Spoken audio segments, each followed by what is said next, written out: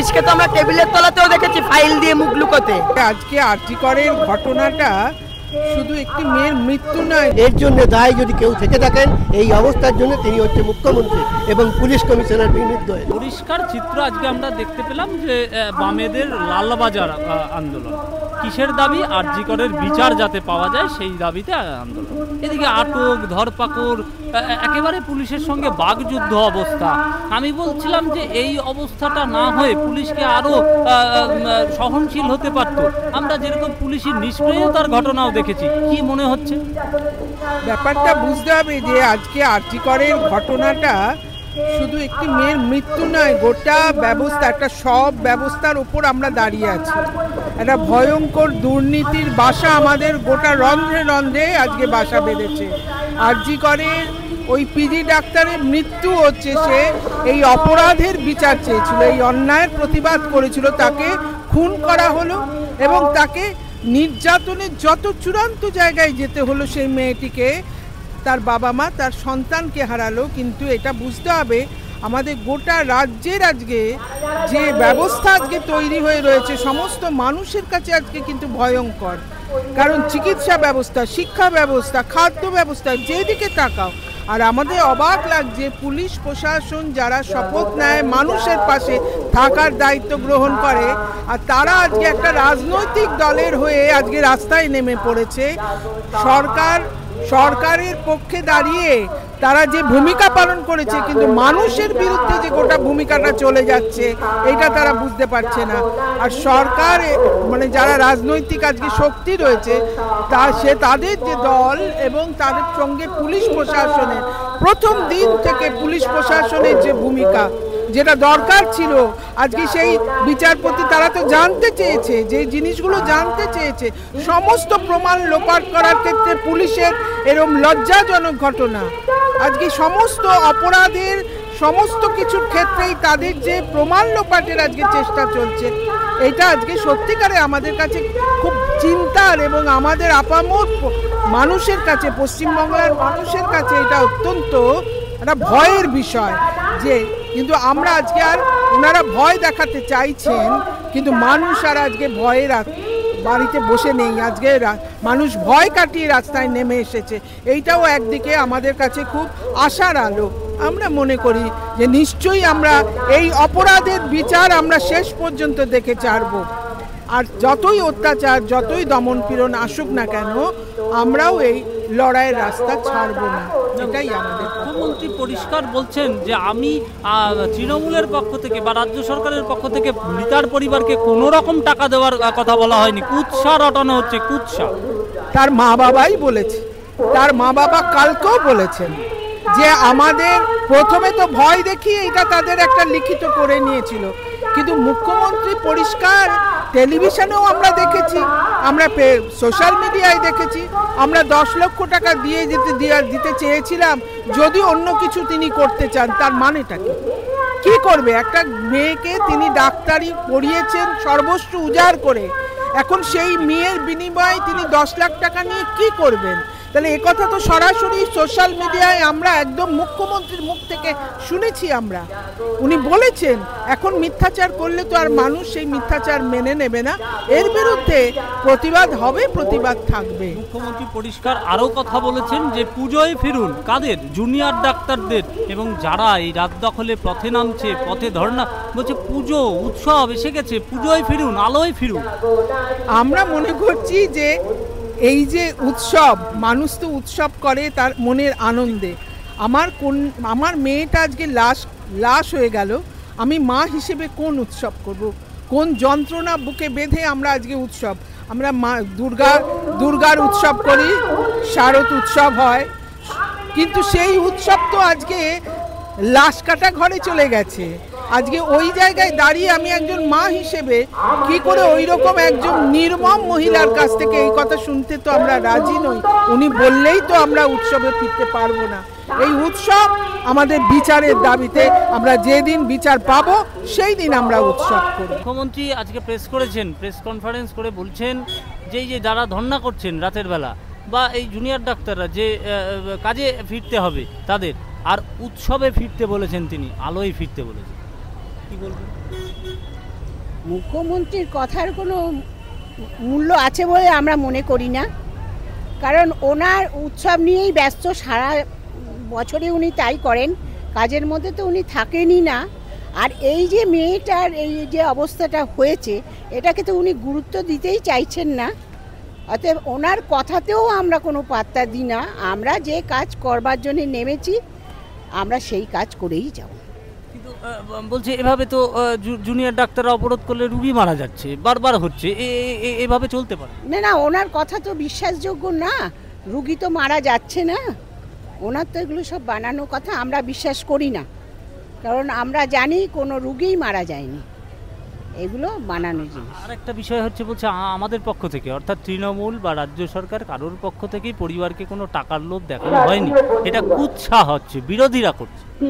না না, ওনার বরাবরই তো উনি টাকার লোভ দেখান, সব ব্যাপারেই দেখান, এটাও উনি দেখিয়েছেন। এটাই উনি মানে উনি প্রমাণ করতে চাইছেন যে না দেখাইনি, কিন্তু আমরা বলছি ওনারা দেখিয়েছেন। ওনার পয়সা ছাড়া উনি কথা বলেন না, উনি সবসময় পয়সাই দেখান, লোভ দেখান মানুষকে। সেই লোভেতেই মানুষ পড়ে গিয়ে অনেক কিছু ক্ষতি এই রাজ্যের হয়ে গেছে। অতএব এখন মানুষজন বুঝতে পারছে যে তারা কত বড় লোভের মধ্যে পড়ে গিয়ে ক্ষতিটা তাদের হয়েছে। আজকে তো লালবাজার অভিযান একের পর এক আটক। আমি বলছিলাম বিরোধীরা আন্দোলন করলে পুলিশের সক্রিয় ভূমিকা দেখা যায়, কিন্তু 14 তারিখ যদি আরো একটু সক্রিয় হতো পুলিশ, তাহলে কি অনেকগুলো ঘটনা এড়ানো যেত, আরো প্রমাণ পাওয়া যেত। আচ্ছা, 9 তারিখের যে ঘটনা সবার সামনে আসে, তারপরে 14 তারিখের রাত সবাই দেখে। 14 তারিখের রাতের পর আজকে আবার 9 তারিখ, মানে আমরা একটা মাস 9 থেকে 9 পেরিয়ে এলাম। এই একটা মাসে পুলিশের যা ভূমিকা, তারপর কি এই প্রশ্ন আর সত্যি জাগে না? এর উত্তর আমরা সবাই জানি, উত্তর তো পরিষ্কার। বড় সেটিং, এই বড় সেটিং যদি না হতো, তাহলে 14 তারিখে যেখানে অত পুলিশ থাকার কথা, পুলিশের ভ্যান ছিল, পুলিশ ছিল, বিভিন্ন উর্দিতে পুলিশ ছিল। আমরা আপনাদেরই পরে বিভিন্ন মিডিয়ার ছবিতে দেখেছি যে যখন পুলিশ মারতে মারতে বার করছে, আরজি করের ভেতর থেকে পুলিশ বেরোচ্ছে। তারপরে পুলিশ আরজি করের ভেতরেই ছিল, তাহলে আটকালো না কেন? বেশ কিছু জায়গায় ফুটেজেও দেখা গেছে পুলিশ বাথরুমে। দেখুন, ওনাদেরও তো কিছু করার নেই, ওনাদেরও তো প্রাণ, ওনাদেরও তো জীবন, ওনাদেরও তো পরিবার আছে।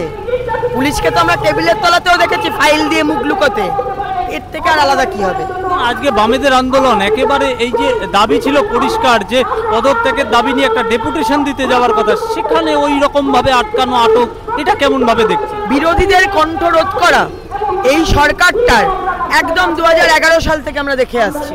ঠিক যে প্রক্রিয়ায় প্রত্যেকটা সময় বিরোধীদের কণ্ঠ রোধ করতে চেয়েছে, যত অন্যায়, অবিচার, দুর্নীতি ওনারা করেছেন, তাকে সেটা যাতে প্রকাশ্যে না আসে, তার জন্য মানুষের লড়াই যাতে না হয়, তাই বিরোধীদের কণ্ঠরোধ করার চেষ্টা, সেটাই চলে আসছে।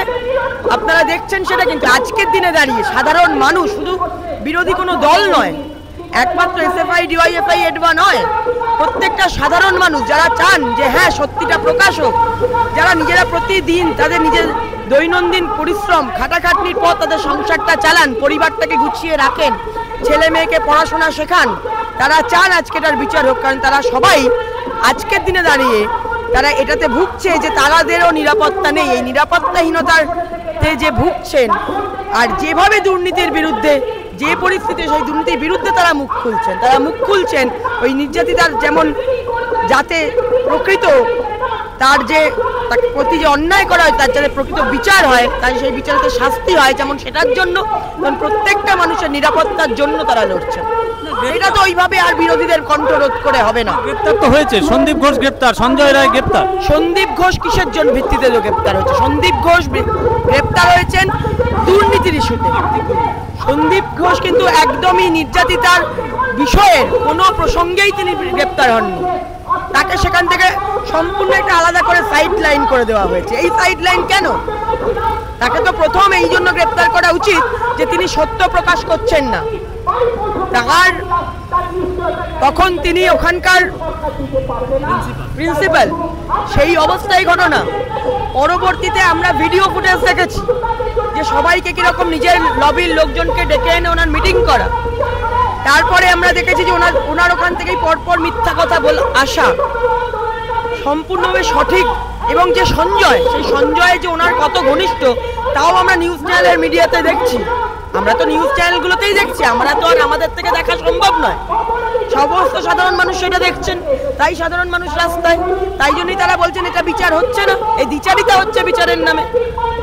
একেবারে আমি অন্য প্রসঙ্গে আসবো। আজকে মুখ্যমন্ত্রী প্রেস কনফারেন্স করে বলেছেন যে এই যে আন্দোলন হচ্ছে, রাত দখল হচ্ছে, এসব ছেড়ে পুজোয় ফিরুন, আলোয় ফিরুন, উৎসবে ফিরুন। উৎসবে ফিরতে সবারই ভালো লাগে, উৎসব তো বছরে একবার আসে, আমাদের এখানে মূলত দুর্গা উৎসবটা বছরে একবারই আসে। পশ্চিমবঙ্গ, কলকাতা একটা ভীষণভাবে সেজে ওঠে। সাজবে কখন? যখন তার বাড়ির মেয়ে, তার বাড়ির মা তারা সুরক্ষিত থাকবে। তারা যেখানে সুরক্ষা নেই, সেই মা বা সেই মেয়ে অসুস্থ হলে, তার ছেলে বা বউ অসুস্থ হলে, তিনি নিজে অসুস্থ হলে, তার বাবা অসুস্থ হলে, একটা পরিবার সম্বন্ধেই বলছি, পরিবারের কেউ অসুস্থ হলে যে ডাক্তারটা সেবা করবে সেই ডাক্তারটা নিরাপদে নেই। উৎসবে ফেরা যায়? মুখ্যমন্ত্রী পরিষ্কার বলছে এই যে আপনারা ধর্ণা অবস্থান করছেন, এই তো এইসব না, উৎসবে পুজোয়, দুর্গাপুজোর সামনে এসে গেছে, তাতে ফিরতে বলছে বারবার।